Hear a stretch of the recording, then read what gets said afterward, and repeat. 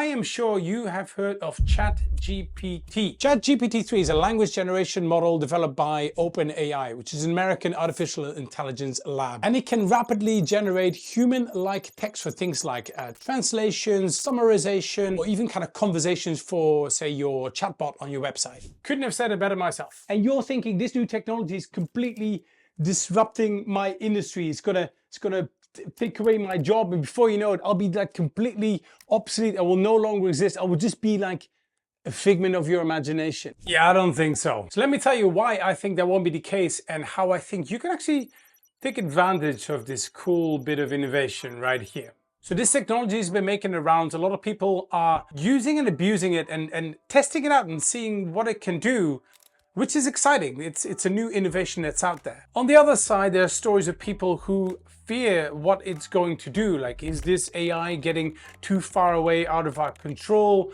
What if it like disrupts entire industries? What's it going to do for my creative job? Maybe not even creative, like other jobs out there. Like, what is going to be the impact of this? So if you are sitting here thinking, oh my God, this thing is going to destroy everything that I have, is going to make me obsolete, hold your horses for a second and let me tell you why I don't think that that's going to happen. But before we do that one, make sure you leave us a like, subscribe to the channel, hit the bell notification so we can keep giving you inspiration for innovation. First of all, understand that people have always feared what they don't know or what they don't understand. Anything that's new, any kind of change, people resist. And innovation and technology are no different here. They bring about change, whether that's good or bad change. And remember, we all like change as long as everything stays exactly the same. And throughout history, people have fought back against this technology. Think about Ned Ludd, who was a weaver from the UK, who led a secret organization called the Luddites. And they would go out and about to destroy textile machinery because those machines were a threat to the work that they were doing, were a threat to their livelihood. And ever since, a Luddite is a derogatory term for somebody who opposes new technology or new ways of working. When Google first showed up, it threatened a whole bunch of industries. Think about e-commerce, encyclopedia, traditional print media, traditional news, cable TV, you name it. And it is no different for innovations like the electronic calculator, which was going to replace our brain and we didn't have to use our brains anymore to do calculus and things like that.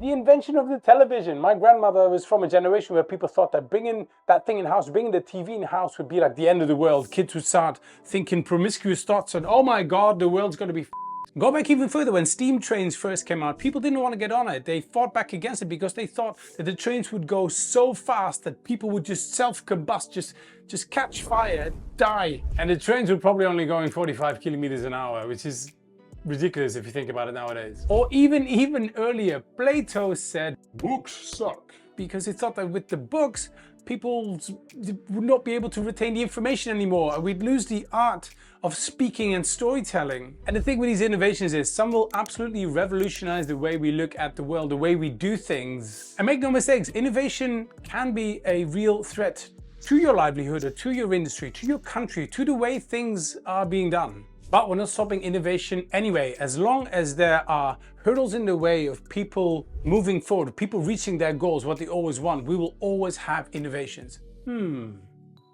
Maybe I should quote myself on that one.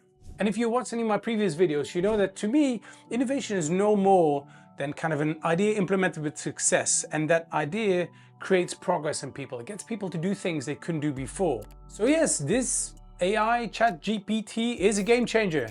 It's a game changer for sure, and it's an exciting one too. But I doubt it will drastically change your entire world overnight. I mean, consider this. One of the most influential films of the 1980s was Back to the Future. This kid who meets a doctor and they're building this time machine, this DeLorean, and that can, at a certain speed, can kind of go back into time and do time travel. And in Back to the Future Part 2, and in the final scenes, Marty and Doc and Marty's girlfriend, whoever that is, they're about to take off to go time travel, and they're going into the future at this point. And as they back out of the driveway in his residential, like suburban American area, and Doc's about to take off, Marty says something like, "Hey Doc, you better back up. We don't have enough road to get up to 88. And then Doc says, "Roads? Where we're going, we don't need roads." And they were off to this distant future where everybody will be flying around. They were off to the year, wait for it, the year 2015, which is 8 years ago. And I don't know about you, but my ass is still stuck in traffic with all these other people who are stuck in traffic, listening to the same radio station as I listened to when I was young. The same kind of steering wheel and this and this, and yeah, maybe a couple of Teslas on the road. It hasn't really changed that much. What do you do then? Well, I think Alex Hormozi said it best. You have to embrace change. It's part of humanity. Technology moves, we got to adapt. If AI can condense our inputs, so if I say, hey, go read this book, distill it down and then give it to me, I can now read a book significantly faster. If I say, hey, AI, go summarize all my email and all my Slack messages and predict what I'm going to say, and then all I need to do is validate it, I can do a day's worth of work in a few minutes.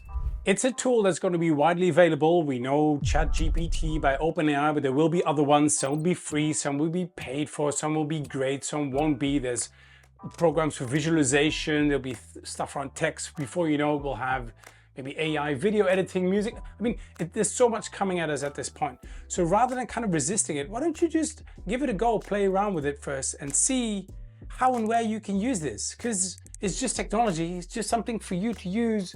And if you can use that to make your world a bit better, great.